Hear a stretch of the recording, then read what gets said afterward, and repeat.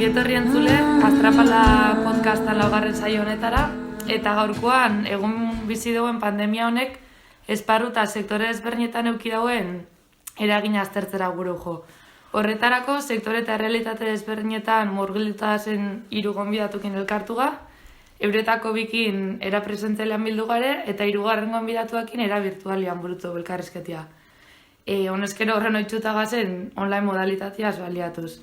Azteko, gure saioetan bete errepikatzen duen bi galdera, zein da gorroto duzuen zarata bat, eta zein maite duzuen bat? Nik, ez dakit, lan gorroto den zarata bat izaten da, lagun hartien eta zenien zerbaitzi buruz diskutirute, no? Tono oso altuen diskutiruten azten da jentia, jentia edo zarata hori, apur bat hori bilatzen da behienak apur bat zaratan bidez edo volumen altuan bidez arrazoi aukitzea hori gorroto dut askotan nahi. Nik, ez dakit, ez da politikamente korrekto geratuko, baina dultzaina. Dultzaina, eske ezin dut. Kultur mundutik nator eta badakit hori, pero eske dultzainakin ezin dut. Eta gero maite dutena, ni kasuen maite dutena nemilen pentsetan eta inoiz esan izan nola mendizalia eta, ontxe justo pandemian eta bai gehiago biligarela mendialdien eta mendizien eta hori nik uste dut gauza bat orokorra izan dela, baina nire bai eta bai maite izan dut apur bat mendizak eta naturak uten daben isiltasun hori. Apur bat isiltasun edo lasaitasun hori, orduan horrekin geratuko nintzateke holan agote pronto. Perfecto. Nik emuten dago kopia ben bidotela, baina isiltasuna esan binagoen. Benetan, bai, pixkat, musika mundutik eta nator, eta zarata askotan isiltasun momentu horiek izaten dira honenak, ez? Eta zarata bukatu eta gero, eukitzen dugu lasaitzasun momentu hori, igual da etxien, fotogornetan, gure da lekuan sortzen den isiltasun eta lasaitzasun hori, ez? Hitz egiteko aukera, ez dakit, beste. Bai. Lehenengo azari, zaratagatik galdetu eta isiltasuna esaten duzen, baina kurioso. Justo. Oso ondo. Hasiko gare ja pixkat aurkezpenekin eta aipatu dozu haritz, kulturgintzan burubelarri ibili izan zarela eta ondion basabitzela. Aurkeztu zure burua pixkat, zein zare, zetan oinarritzen da zure egunerokotasuna kulturgintzai dagokizunez, batez be? Neu haritz zubiatenaz, 37 urte ditut. Eta, oinala urte askotatik, afizio bat izaten hasi zana, gutxi gora bera musikia eta musika inguruko gauzak, ofizio bihurtu da, oinala 5 urtetatik. Eta nire egunerokotasuna da, enpresatxo bat daukete kulturgintza musika munduan lan iten duguna, eta, hori aurrera eramaten, eta gero, aparte, segitzen dut, gaztetxian kasu honetan kulturostegunetako egitarauakin, momentu honetan pandemian, dana geldi dagoena, baina, eta hainbat, bolondez eta egiten dien, festivaletan, eta laguntzen, eta aldan gauzatxua aportetan. Eta bestalde Jokin bebai daukagu hemen, ostalaritzan munduan murgilduta ibili ostien, proiektu berri eta arrakastatxu bat sortu berri dauena. Gauza bera, Jokin, aurkeztu pixkat zure burua, zure egitasmoa? Ni Jokin Mojikanaz, arrasatearra, eta 27 urte ditut. Eta, ostalaritzan edo, nik eta lagun batek hartu ginen, indala 4 urte taberna bat, eta ikusitza apur bat pandemian ondorixuak eta zeintzuk izen bizien, eta apur bat gure sektoria zelan egon bizan, zinitzen lagun batekin berbetan, apurtxo bat geldi egotekoak bezagare, eta pentsetan abertze algabenin, eta hola, orduen hortik sortu zen apur bat eroson ideia. Eta zeginen apurtxo bat, jentia eta geixen bat arrasteko ostalarisekin kontaktetan, olako zerbitzu bat usteko jakien eukitzia arrasaten. Delivery zerbitzu daurena etxietara eruetekua. Eta zeginen nahiko feedback positiboak jasotzen, eta orduan hortik aurrera zeginen proiektu hau garatzen, eta gaur arte ez da izazpila bete goiaz banatzen, eta gustora. Bueno, eta azkenik, lehenengo sektorian baitan mugitzen dan eta proiektu independiente baten murgilduta dauen Lorea. Ongi etorri, Lorea. Oina azalduko duzkuzu pixkat, nundik nora doian zure harremanan nekazaritzakin eta oroar, lehenengo sektoriakin. Eta horrez gain, pandemiak ze eragin eduki dau zuen negozio horretan? Kaixo, ni Lorea naiz, 23 urte ditut, eta Herediakoa naiz, Arabako herri txiki batekoa. Eta, nire aizpata biok, gehien bat, gure gurasoen nekazaritza eta abeltzaintza enpresarekin jarraitzen ari gara, eta bereziki patatak eta lekaleak saltzen ditugu plazetan, eta pandemiaren kontu honekin, kuarentenan, genuen banaketa etxez etxe. Oso ondo. Bisondako galderia, oin, apur bat zuen realitatera etorritza, zelan baldintzatu edo eraldatu dau pandemia honei zuen egunerokotasuna? Honezkero, esan duzen moruan ez, urterdi baino gehiago pasau da itxialdi luzeura pasau ginunetik, eta ordutik bedan oitoko jaku gertuan berriro etxeratu beharra euki dauen norbait eukitzea. Edo zein kasutan, jakin gure geukena zera da, zuetako bakoitza, zatozien sektore edo errealitate desberdinak kontuan eukitzea, ze modutara ikusi zuen testu inguru profesional eta baita pertsonala be, eraldatu ero baldintzatuta. Nire kasuan asko. Nire kasuan gisa lehen justo pandemia aurretin enbilen karrera bat bukatzen, magisteritza bukatzen, eta tabernakin, tabernan lanien. Eta bain guztiz aldatu da, karreria bukatu dut eta tabernia itxita hau. Eta nahu eroson lehenabilen kamarero moduen eta ben banatzaile moduen. Bai gestino aldetik zedie bi aktibidade oso desberdinak eta bai lan aldetik bai asko aldatu da. Eta lehen izan gestionetia tabernako pediduak, ez da gize, langilea, bestia apuratori dana, eta hoin da oso desberdina.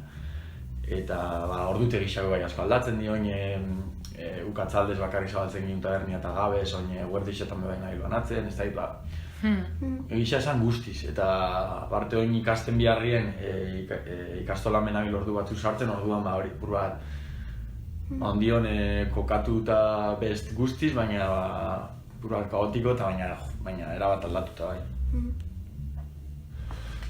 Neue bai, guztiz. Guk azkenean kulturgintzan lan egiten dugu. Orduan, imaginatzen duzuen moduan, heldu zanien pandemia eta konfinamentua, hasi ziren agenda guztiak bertan bera geratzen. Utzi ditugu 125 ekitaldi baino gehiago bertan bera. Eta, oin baldintza guzti eta aldaketa guzti berdi honeiki, eserita, ez dakize, egiten ditugu gauzak, baina, askoz gutxia, eta egon bizara egunero pizkiat aurkite, ze pasatzen da, bai, oso baldintzatuta, gara hilabetiak etxian, ez behin gabi, oin be diru laguntza jasotzen gabiz, bestela ez dago ematen. Eta hori, pizkiat, holan, guztiz baldintzatuta. Aipatu dituzu haritz, neurri eta protokolo asko azkenean barneratu inbiarri izan ditugula, eta inongo dudabarik honek gure egunerokotasuna baldintzatzera aiau diela, ez? Eta eraberien kulturai dago gizonez bebai, formatu edo eszenarixo konkretu batzutara mugatu bierra egonda, zelan bizi izan dozu bat-bateko moldatu bier hori formatu berrira? Zaila izan da eta moldatzen gabiz ondion, pasadoa da, baina astetik astera gauzak aldatu itzen die, barneratu biozu legedi guztia, klaro, zuri badibez udaletxe bat editzen botzu zeu santolatzeko zuzara gutxi gora bera dana gestionau bihotzasuna, eta responsabilidade puntu hori daukotzu orduan. Egon bizara, ipini gara, inoiz baino gehiago legietan aditu ingala, pizkat jakin biozu dana, ze punturaino, ze aforo, ze baldintza, ze distantzia, dana, aldatzen da astero, eta hori egon bizara oso aldoro, gure lagun Inigok ze esaten dagoen, eta holako gauzak, eta pizkat pues bai, baldintzatu gaitu pila bat, eta da oso lan, ez dakit, astuna. Claro. Astuna, azkenian guri gustatzen jakuna da gauzak egitea, jentia izkeitzia, kultura, ez dakize, musika gehien bat, baina, bueno, danetik itzen dugu, eta bueno, pues, momentu baten papela batien, ikuste zara, eta ez zauz benetan gustatzen jatzun hori itzen, baldintza guztiak topatu eta ondo eruen naixan, ez deixen arazorik egon, gero askotan, ez da, kultura segurua da asko izaten da, baina hori txeko atzetik lan asko dau, eta bai egisa da, segurua da, eta hori defendatu bio, eta hola da, baina bueno, suposatzen dau lan asko, eta suposatzen dau baldintza pila bat, eta, bueno, aparte, zera da, musika mentxe zirkuituan, gauza asko alde batera geratu die. Baldintza ekonomikotan taldientzako ez dagoen muten. Foro oso txikina badi eta distantzia oso txikinak eta ez dakize, oso handixak eta ezin dozu etxatzu dutatzen, ez? Momentu honetan egiten dabizen ekitaldixak diru publikoakin finantziatutakoa die. Ez derik ezin dain. Ez ez dago dutatzen numeroa. Bai. Bueno, horrez gain, mugikortasun mugak diela eta handi baten bertako musikari eta artista desberdinak sekula baino gehiago entzuteko aukeria euki dagoela esan gehik ez. Ze irakurketa ingo zeuke honen inguruan? Uste dozu oin arte bertako zein gertuko artistak nahikoa errekonoziruta egon diela, edo esan izan da moruan txarrenai onena atara jako ero, eta ondorioz oin arte bigarren plano baten zauena ikustaraztia lortu da? Gustoko jaten pentsatzia hola dala. Baina uste dut soluzio azkal bat topatzeko modu badala. Ez dala baloratzen gertuan itzen dan lana, eta askoz gehiago baloratzen dugula kanpoan daukuna, etxien daukuna baino, ez? Bai, pasau da, egiten da eta egiten dugu danok, ez? Eta saiatzen gara, eta baina hori, inbaz duguna da, hori instaurau gutxi gora bera esatiagatik moduren baten, eta gero be aukerak emon, eta jende gazti, oske hotxe da, hori da, azkenean jendeak bidagoena. Bai.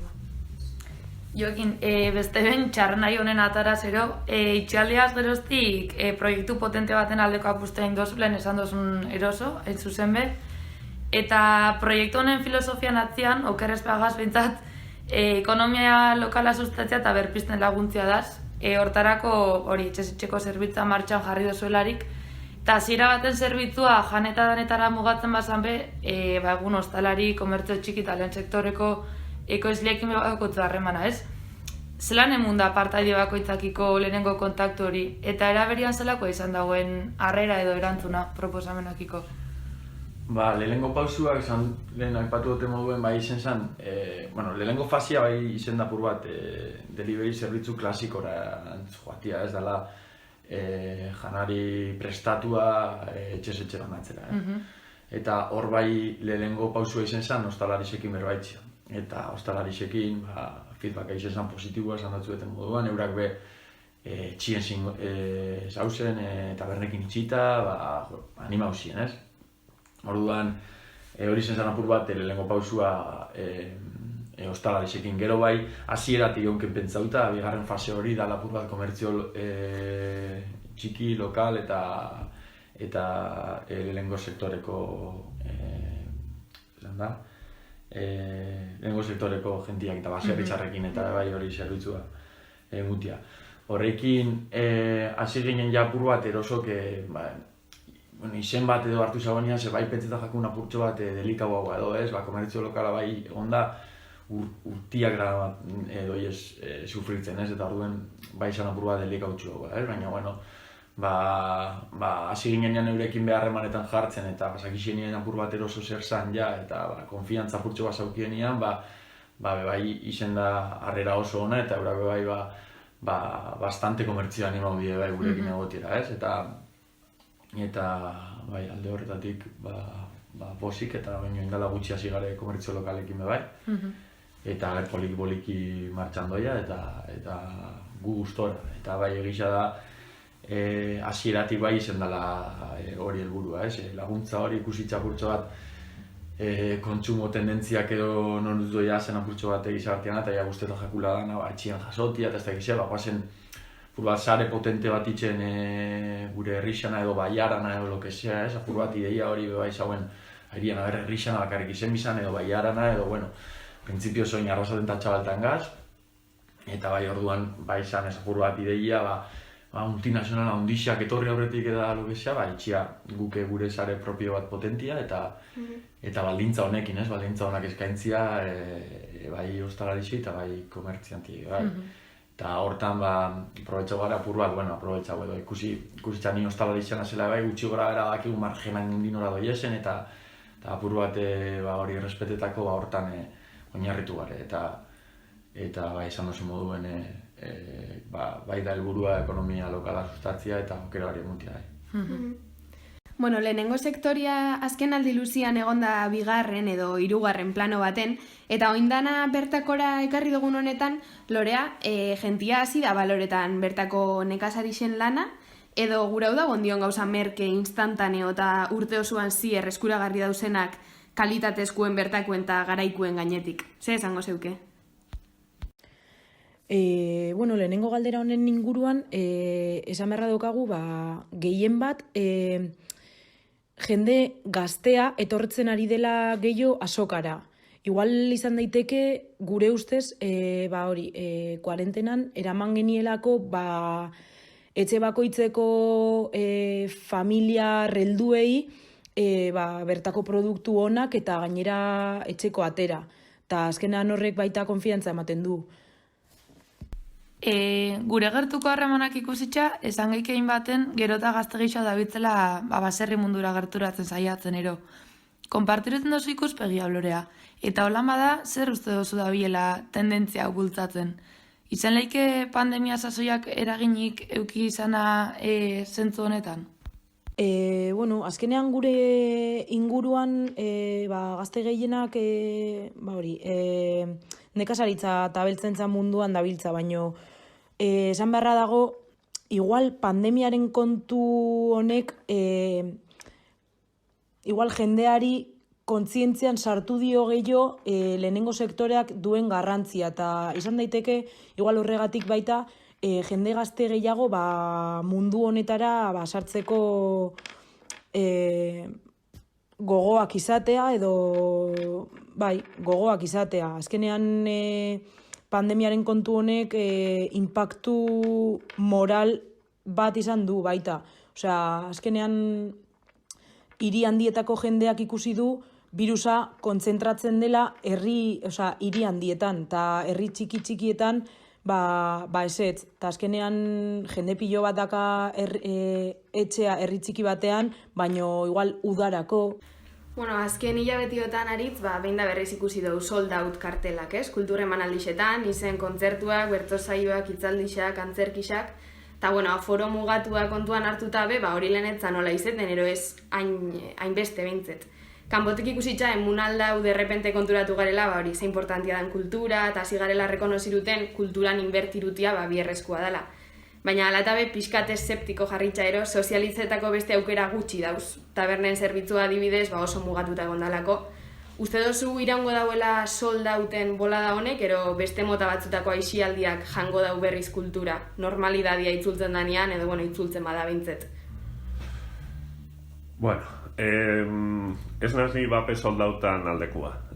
Uste dut, tendentzia bat sortu dala Euskal Herrian soldautan, oin bota bion ere txapa, Uste dut, tendentzia bat sortu dala soldautan arira, talde jakin batzuk oso asko bultzatu da hoiena, eta, ulertzen dutena, eta begiratuta ikuspuntu ekonomiko batetik eta publizidade kontu batetik oso efektiboa dana. Baina, ze pasatzen da, beste zirkuito batutan koizto mina egiten dagoela. Talde gazte guztiak uste dago egin soldatu bat ez badago egiten, ez dagoela esebe lortu ez. Eta hori arazo handi bada. Ez da hori ohikua. Ez da ohikua, eta esatu duzu moduan entzuten da soldaut asko, baina, klaro, 35 zila saltziagatik soldaut bat ipintzia. Baina hori da nire ikuspuntua, da pixkat, iruditzen jat pixkat pasau itzen garela, ondo dau eta mezu hori ulertzen dut, jendeak erabiltzia, baina ez txagustatzen, sortzen dau pixkat, eroten dau kultura beste ikuspuntu batzuetara. Eta gehien bat, kultura ja puntu batzutan eta musika, ez kasu honetan, musika maila batzutan, bai dau begiratuta ekonomikoki ez dakizetan. Baina talde gazte asko dauz oso obsesionauta momentu honetan, eta nik bizi dotola, soldauten kontuakin, eta ez dago zentzurik. Ez dago zentzurik, ez? Pixkat, izen bigara konstiente, kontzertua join bidiela, hasieran fango diela 5, gero 6, gero 7, eta gero 15, eta gero 35. Eta hori dala realidadia. Ezin garela, ez dugu pentsabio danok, garela, ez dakize talde, ez du nahi esan ino, ze gainera danekin oso ondo erutenaz, eta gainera ulertzen dozegatik itzen dagoen, edo itzen dugun, ez? Gupelan itzen dugun talderen batzuk, itzen dagoen. Ni ez naz aldekua, baina, bueno, itzen dagoen. Baina, bueno, bebai uste dut, sortzen dagoela, arazo bat, ez? Eta konstiente izen bigarela daki. Eta galderara joen da, nire hori bota dut. Galderara joen da, bai, uste dut momentu honetan engainu moduko badagoela. Atzo Amaia Antzokiko langile batekin hitz egiten hauen, eta esaten dut, eski dana betetzen da. Izen zine komertziala munduko eskasena, edo izen antzerki bat bestela 5 pertsona eta duko ziena, hori pasatzen da, ez? Ez dauko beste aizialdirik, ulertzen dut, eta balio deitzela gero jendia baloratzeko, ez? Horatzen dagoena. Hori, atara daigun zehose positiboa ontatik. Espero hola izango dala. Pizkat estertikoa naz, egizatzen batzuek, ze urte asko die, poliki indiako lanakin ikusitza jendia biltzen dela kontzertutara eta hola, baina kostatzen da pila bat, hola da, eta izen bigara konstiente horretaz, beti. Baina, bueno, ataral badago zehose positiboa ontatik, ala izen deia. Baina, bueno, balizio badago jentia engantzatzeko kulturara, igual emutu zinia, musika, antzerkixa, poesia, igual da. Positiboa izango da. Rolandan. Jokin, zuk ostalaritza lehenengo pertsonan bizi zen dozu, bi ikuspuntu desberdinetatik gainera, eta ezin daukatu azken hilabete eta bereziki aztietan oi hartzun handixa eukitzen dabilen auzioa dela hau. Uste duzu pandemiak eragindako zailtasun edo egoera zaurgarri desberdinek zela baitxe herritarrak elkartzeko balixo izan dagoela? Ze puntutara arte elkartasun sentimendu hori adibidez tabernak zabaltzean aldeko aldarrikapenak batzen ditu herritarrak, eta ze puntutara arte uste duzu jarraitzen dagoela bakoitzak bere interesan araberako aldarri bat izaten? Uste dut hemen da zela dagoela gizartea nahiko banatuta, eta holan sentitzen dut nik, ez dakit. Ikusten dut eta nabil pandemian inguruko gauzetaz eta apur bat prebentzio kontuena, tabernen kontuena, eta jente askokin berbetan, eta daz hainbeste iritzi, eta hain ezberdinak, nila askotan galdu itxena zela, eta ez dakitzetela nire iritzi propioa bezisa garatzen, ez? Eta uste dut daukogela informazioa emuten duzkue moduen, jasotzen dugu moduen, eta orduan nik uste dut ez duzkuela izten bez hori iritzi propio hori sortzen, eta jakiten, benetan tabernak dien pandemia honen arazo nagusiak ez jakitzen, ez? Orduan, ikusten dut oso banatuta alde horretatik gizartea, eta dago jente asko nire izan duzten, tabernak baina ulertu inbiozue hortik datoz kontagio gehixena, baina gero datuak ez daue hori izaten, ez? Mintzet emuten duzkuen datuak, ez? Guk ez dakigu, baina guk sinistu dio berez, emuten duzkuen datuak, orduan. Emuten duzkuen datuak ez daue hori esaten, ez daue esaten tabertatik datozela kontagio, ez diela foko nagusiak, ez? Gentia elkartzen da tabernetan, baina, ostalariak erabiltzen da bela prebentzio handixa, eta dabitzela gainera dirua, esfortzua eta denbora inbertitzen leku seguruak bihurtzeko. Orduan, bai dau jente asko gure ostalarixen alde dauzenakoin eta bollo asko jasotzen gabitzenak, baina bai dau beste sektore bat nik uste dut benetan uste daudenak eta bernak diela laso nagusiak eta ondo da zela restrizio danak, ez? hola sentitzen dut nik, hola sentitzen dut apur bat, eta ja da informazio larri, tio, ez dakite oso ondo ze pentsako ez askotan. Baina, bueno, hola, apur bat. Eta honekin apurra lotuta, zelakoa da herriko ostalaritzen arteko harremana? Badau elkartasun sare bat, ero geixau kompetentzia harreman badau presente? Egia esan, asko batu gaitzuen gauza bat izen da. Indala gutxi sortu dugu WhatsApp talde bat arrasteko ostalaritzen artien, eta ez dakit egun da piku ostalari gauzo bertan barruen, sartuta. Eta hortik sortu delan talde bat bai, apur bat danon eskubidien alde lan itxeko, ez? O danen beharren alde, ez taberna batek edo beste batek bida bien laguntzea etxik. Ez hor libregaz arrasteko tabernari danok eurei taberna bakoitzak daukon arazoren bat edo orkesteko, eta eurak gero hor lan itxen daue, eta di apur bat daukienak komunikazio zuzena gehiago udaletxiakin, eta representatzen gaitzuenak, ez? Eta alde horretatik ni laburten hoia eta da apur bat geixen batu gaitzuen momentua da, eta bai abitze gauzak itzen, ez apur bat gure eskubideak aldarrikatzeko, eta egisa ez gabitzela lanian eta berdin dabitzela gastuak pasetan, eta hori apur bat lantzen eta horren alde borroka itzen. Eta haritz, apur bat zurera ekarritxa, kulturgintzai dago kixonez, zen maiatan emun da elkartasun hori? Eukial izan da lehen aipatu egon mugikortasun mugaketak eraginek horretan? Bueno, nik uste gure mundu honetan elkartasun puntu bat existitzen zala lehendik. Ze egisa da mundillo hau oso prekarizaua dala berez, ostalaritza dan moduan, baina eta beste asko, baina egisa da kulturgintza eta oso jende asko, ez? Eta hau da, bueno, musiko ipaztakak eta guri gure gai, ez? Jendeak, eta zuk zetan iten dozu lan, ez? Eta kontzertuak, ez? Baina zetan iten dozu lan, ez? Ez honetan iten do lan, hau lan bada, ez? Honepe badauko bere, naizta gero beste hainbat gauzai, honepe badauko bere, ez?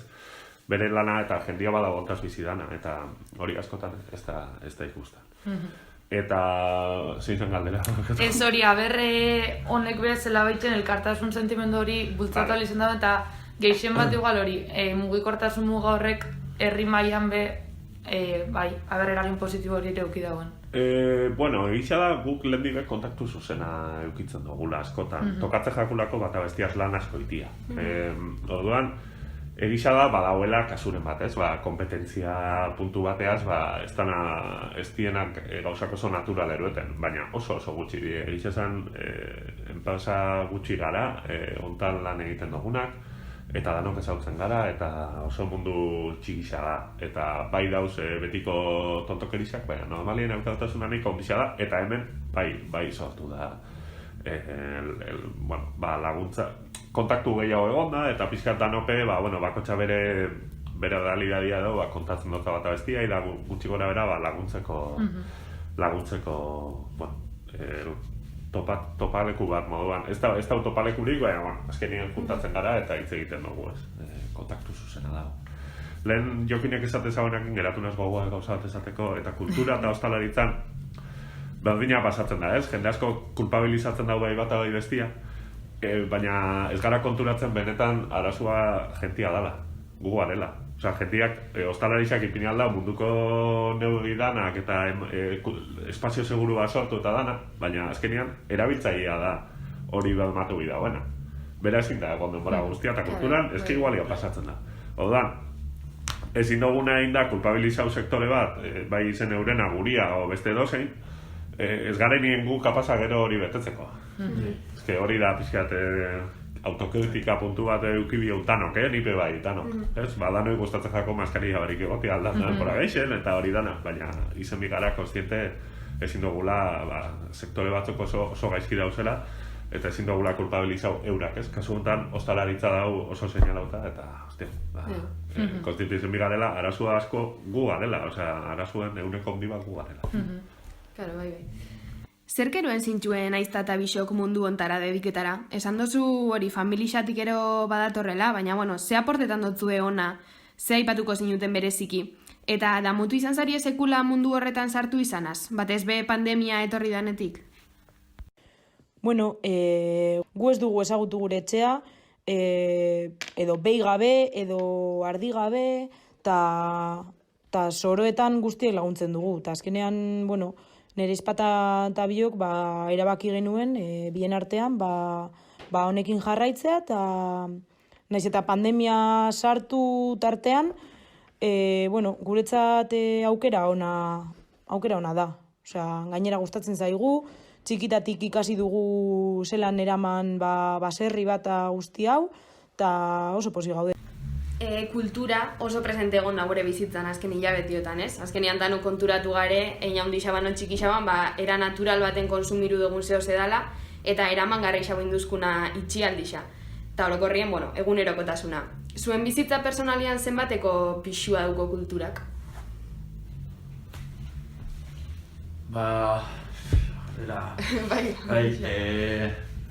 Artekoa, nik eixen bat, bai daukot familixatik eta bai daukot lehengusuak eta aktoriak dienak, eta apur bat oin gainera produkzio etxe bat edo esaten da, etxe bat edo sortu da bienak, eta bai bizidot gertu familixa aldetik, ez?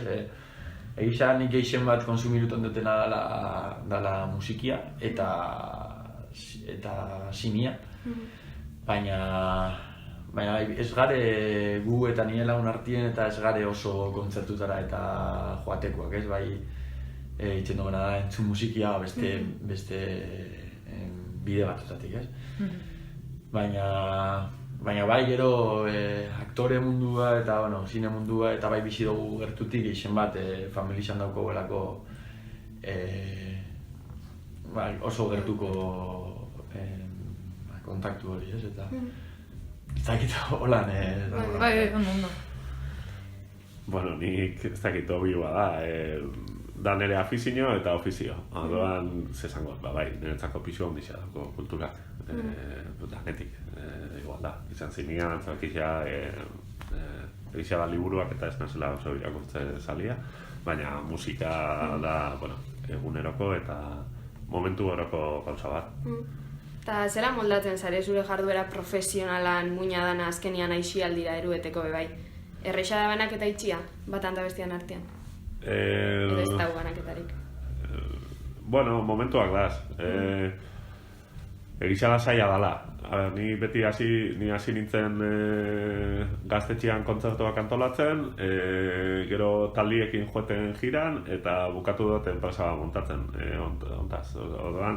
Ez dakit, baina, bai, bueno, itxeja zaila egisa da askotan, kontua da joan itxejatzula, ez? Pizkat, ikusten dauzu kontzertu bat, eta ia zabitz ikusten, hau defektuak, hau oso ondo da, hau pizkat, baina, bueno, hori naturala da, hori ezin da ebita, batzo gertan egonitzen kontzertu bat ikusten, da ninguen, igual denbora gehiago ikusten joko hori da pizkat desplazota, eta bestia. Baina da pizkat, bueno, gaztez del ofizio, ez? Baina, bueno, gustora ikusten dut, kentzen dut hori burutik eta gozatzen dut, ez? Kontzertu bat. Baina, bai, ofizio hori, zaila da batzutan. Gehien bat, hori, agendak tope dauzen uda inguruan, zaila da. Batzutan ez dakotzugu horik beste kontzertu bat. Ikusten joeteko lagunekin, zaila da. Bueno. Jokin, taberna bat hartzia erronka handixa da, ezin daukatu, eta gazte izendatasi eta denbora nahiko gutxira pandemia baten aurrean topo indaba are gehiago, ez?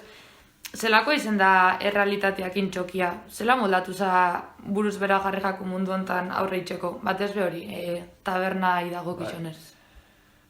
Izen da zaila, eta gabil izaten zaila. Izen bat,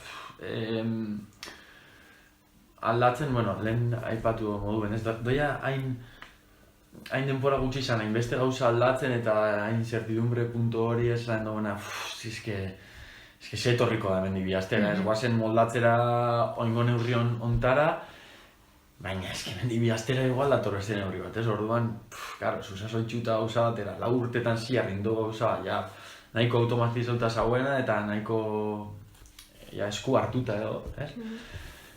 Eta oin da, bihaztetik behin, guazen esku hartzen gauza berri bat, ez? Eta zaila, egisa esan. Zaila eta gero, guk adibidez gure kasuan tabernia ez dauko gute errazarik ez ezer, eta are zailagoa da, karo, leku itxixetan kontu zibili da, eta gure kasuan tabernia onditxa da, eta bai dauku aukera, bai aukidu aukera pandemia zia, nahiko jente sartzeko ez barruan, baina karo, hori bida bai modu seguru baten ez, eta guk gure kasuan bai aforua kontrolatzeko eta bai ingauen autua pertsona bat kontratatzeko aforua eta kontroletako eta gero apur bat barruan be bai jentiai gogorarazteko gauzak apur bat ez, ez dela gu barrane apur bat soratu itzen gien bai eta hori baina bai izan zaila izen da eta baina bueno, baina ikusten zan bai apur bat egoera berri zaila baina moldatuta egingo zela apur bat ez eta oin torri da itxia eta apur bat jo ez dakit, zaila bai ez dakitzu apur bat se pentsa askotan goguak eta danak entzen jan, nik guzteta jat, tabernia eta barra negotia, gentiakin negotia ez da izen, eski askotan goguak entzen jate bai, eta esan eski zaila, bai. Bai, mutna batzutan ez, aurrera pauso bakoitzeko muten dobela bi atzera edo. Bai, olako sensazioak askotan, bai. Bai, eta gero gainera seinalauta sentirutia ez, gainera, esan duzu, nabil hemen, ez dakitzen bat burua uste egin, eta saiatzen alik eta hobetu benitzen eta ez dakitzen, eta gero gainera, la primera ez, eta zaila, bai. Bueno, eroso be sortu dozue eta pixkate hortara itzulita, zelan mantentzen da zerbitzu asekible atero eskaintzeko, baina aldi berian langileei soldata duin bat o baldintza duin batzuk eskaini alizeteko balantza hori? Guk hori langileen asuntua be jente asko galdetzen duzu, ez? Beti dauki apur bat nik uste dut buruan beste delivery enpresa batzuk itzen dauen langileekin edo ez, eta guk hasieratik bai garbi geduken hori ez ginula lan enbiar. Langileak izan bizila enpresan parte, kontratuakin eta orduka horra bezabiela beste langile dana moduan, ez? Banatzaileen lana bai dago oso prekarizauta bai, eta guk garbi geduken hasieratik hori respetau beginula. Ez orduan, zelan hortzen da hori apur bat, etxeko bezeruak ordaintzen dagoen apur bat bialketa gastuengatik, ez da pasada bat, baina bai da apur bat, ez? Orduan, karo, guk esan den gure badu ostalaritza zaindu, gure badu langilea zaindu, eta negozio bat, negozio rentable bat inez, bai, etxeko kontsumitzaileak bai ordaindu biko dugu bialketa gastu batzuk, ez? Osea, bialketa gastu batzuk, esan dut zuen moduan ez die pasada bat, baina bai ordaintzen da, orduan horrin ginen kalkulo hori, ez? Osea, hortan zentratu ginen eta hola batera ginen, bai. Eta uste dozu gentiak badaukola herriko komertzioekiko sensibilidade hori, eta beraz benetan itxen dagoela bertakoa sustatzean aldeko apostu. Aipatu duzu moduan, Arrasaten eta inguruetan zabitze oin arte, eta hemen beste delivery enpresa batzuk, ez? Baldintza bastante txarrauak dituztenak, ez dira asko ibiltzen, gudak igula behintzet, baina euren zerbitzuak baldintza asko txarrauetan badabe, zerbitzu merkiauak eskaintzen dituzte. Uste dozue Arrasatera etorriko balie, Arrasatearrek bertako gaitxik apostu ditzen jarraituko zauiela? Ero zelan ikusten dozu? Nik uste dut jente asko baietz. Nik uste dut jente asko gure baianen bai dagoela sentsibilizatuta olako bai bertakuan eta apur bat ekonomia sozialian, eta bai begiratzen dauela asko sentsibilidade hori, ez? Eta apur bat olako negozioetan bai da importantia nik uste dut olako gizarte bat topatzia, ez? Eta gisa esan Arrasate eta Baiara bai nik uste dut dauela jente asko hortan sentsibilizatuta eta bai gozada da, gisa esan, bai. Garai honetan, sarri entzun duen beste termino bat zaintzan izen da. Egisa lehenengo sektoreai dagokizunez, kanpotik behintzat, bi pertzepzio desberdinero etorte jakula burura. oso estereotipauta da urrengo esan bihauna, baina, batetik, gizon nekazari tradizional oso maskulinuan irudixa etortzako gurura, eta bestetik, zaintzakiko sensibilidade handixa badaukon, eta naturakiko lotura estuagoa daukon emakume baten irudixa. Nekazaritza tradizioa oso lotuta duen mundu bat danez, askok pentsau aldaue estereotipo honei gehiago beteko dela inguru horretan, ez? Nahiz eta oso kontziente izen, beste esparro askotan gehienetan presente dagoela genero arrakala. Zenbateraino esango zaukie dagoela nekazaritza mundua pixkat iraganien atazkauta edo kontrara uste dozue, onda dauta dela egungo balio modernoetara edo, izan genero ikuspegitik, izan beste ikuspunturen batetik? Egia da, mundu oso estereotipatua dela, baino esan barra dago, neska asko eta asko sartzen ari direra nekazaritza eta beltzantzan, eta Araban behintzat gure inguruan ez dago hain estereotipatua. Igual bai egia da jende helduari entzuten saiola, lehen etortzen ziren nekazari handi eta morroskoak eta no seke, baina orain neska asko gaude sektore honetan eta estereotipoa erortzen ari dela esan daiteke. Oso ondo, danondako galdera bat oin. Justo hiru sektore honeik, gaur bildu ditugunak oso presente egon die eta zer esan handu izan mundago aldarrikapen desberdinak plazaratzeko orduan, esaterako eta oinarta ipatu dien kultura segurua da eta oin zoz ostalaritza aldarrixak egun ere ontzuten ditugun mezuak die. Eraberian, konfinamendu gara izan eta usteko hastietan ziarbe, nekazari izan egunerakotasuna neurri askok mugatu eta baldintzatu zauen. Modu batera edo bestera esan geike oinarrizko zerbitzuak diela, ez? Zue gaurkoan errepresentetan etorrez arienak. Ze lotura ikusten duzue hiru esparronein artean? Uste duzue arrazoi konkreturen bat egon aldala horren beharrezkoak dien sektoriak gehien zapalduenak izatianak? Loturarik ikusten duzue hor? Nik ikusten dutena loturia hiru sektorien artean ikusten dut lotura garbi bat, ez? Da kultura eta ostalaritza oso batuta, nik uste dut bizitza ganean, ez? Eta lehen sektoria ostalaritzakin behintzat eta, bai oso lotuta, ez? Osea, zu joan noin Araberri osara eta esan bodega batea, zelako harreman haukon ostalarizakin ez duen tabernak itxitaz eta suposatzen dut eurak oso kaltetuta gongo dira, ez?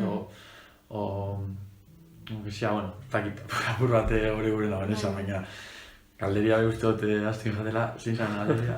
Bai, hori da, lotura eta... Loturia, orduan, hori bai ikusten dut, baina ez dut ikusten holan dagoela die hiru sektore oso kaltetua, baina uste dut beste asko badazela, uste dut, orduan ez da, aztakit nunbaitzetik seinalautako hiru sektore bakarrak uste dut, dala pandemiak indauen ondorio batzu diela eta nahi eta nahi ez, hiru sektore ondatik aparte, beste batzuetan behera egin dagoena.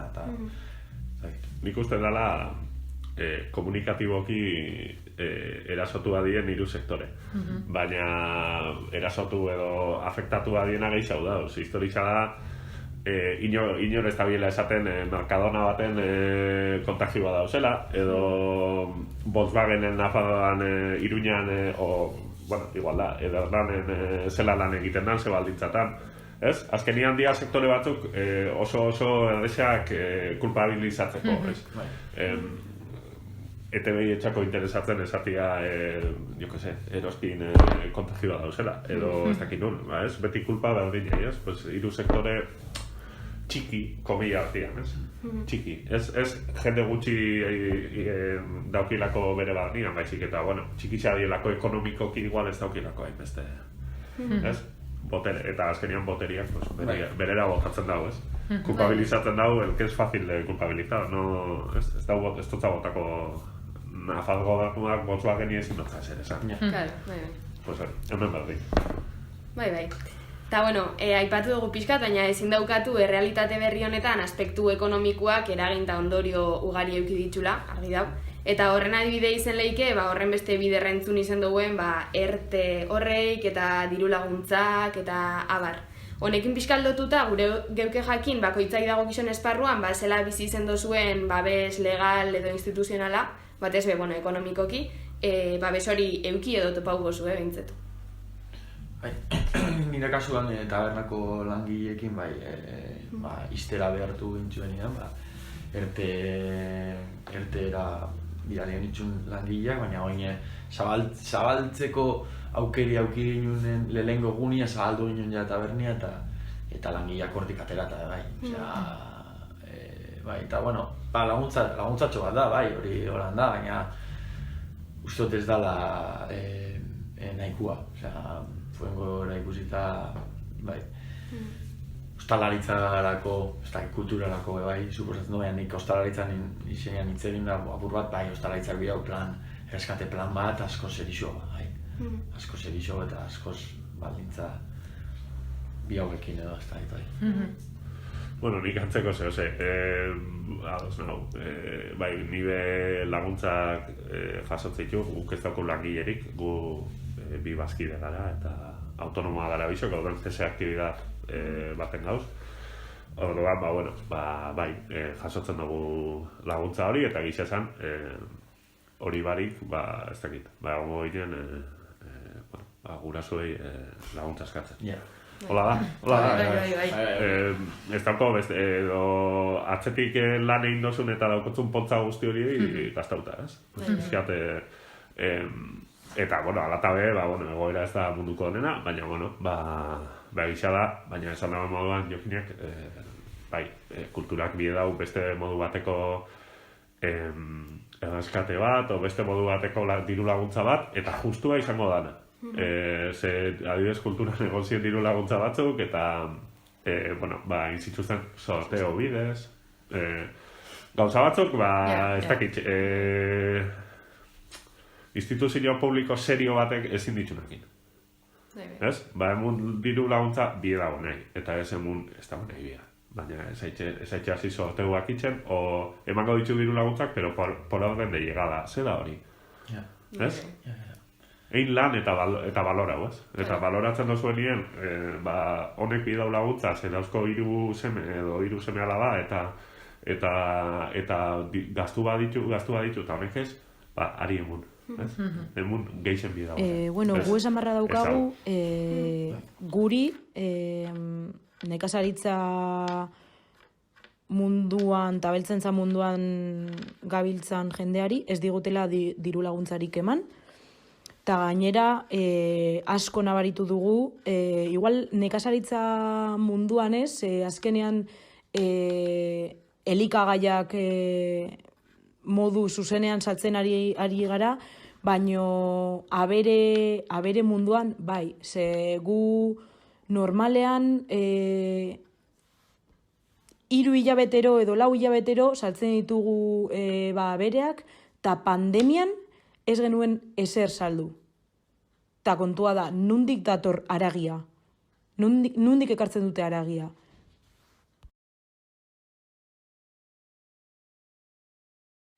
Poliki bukatzeko, guztetan jaku gonbidatuei galdetzea, proposatzea gomendio bat itxia entzulien dako, izen leike edo zer gauza, izen leike liburu bat, izen leike abesti bat, izen leike esaldi bat, ontsi bertan burura torte jatzuena, edo zer, ekintza bat.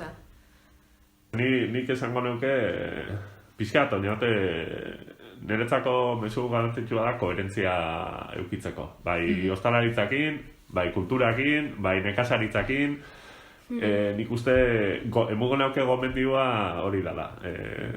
Koherentzia. Koherentzia eta pixkate izeteko kontziente, ez? Jokin da moduan, nekazari, kasu enten ez dakit izena, baina pixkat koherentzia hori mantentzia eta aldan enean, zelan hau ditugu kontra esanak, baina zaintzeko hori. Bai. Ondo. Bueno, nik eukibida ostalaritzan inguruan edo zer esan leike. Nik bai, kulturarekin nik sentiru duten gauza bat, eta ni konsientenaz guk ez dagoela asko gure lagun artien eta ez dagoela asko kontsumitzen ez dago, bueno, gehien baten zuzenekuak eta antzerki bat ikusten fan edo gutxitan itzen du, ez? Baina egia gero nik probetan boten nien esan, jo, que guapo, tío, ez? Osea, ez dauko itxura hori, baina, jo, gustauko jaten jentia bintzat animetara, ze uste dute gure moduan jente asko ipaztagakola, nire inguruan behintzat, jente asko ipaztagakola, jo, isa, oin daukoguen beste plataforma guztixekin eta isa astuitzen gaela presentzialian zenbat disfrutetan da beste hau askokin, ez? Eta nik, ez dakit, ni bai animetan naz, baina bai, entzule danak, bai, animetan ditxute, apur bat, eta ez dakit behintzat probetara eta joe, zatera, nik uste dute. Hortara, bai. Oso ondo, eskerrik asko. Eta honekin bukatuko saioa, eskerrik asko bai gonbidatuei eta bai entzuliei horregotiarren eta hurrengora arte. Gero arte. Venga.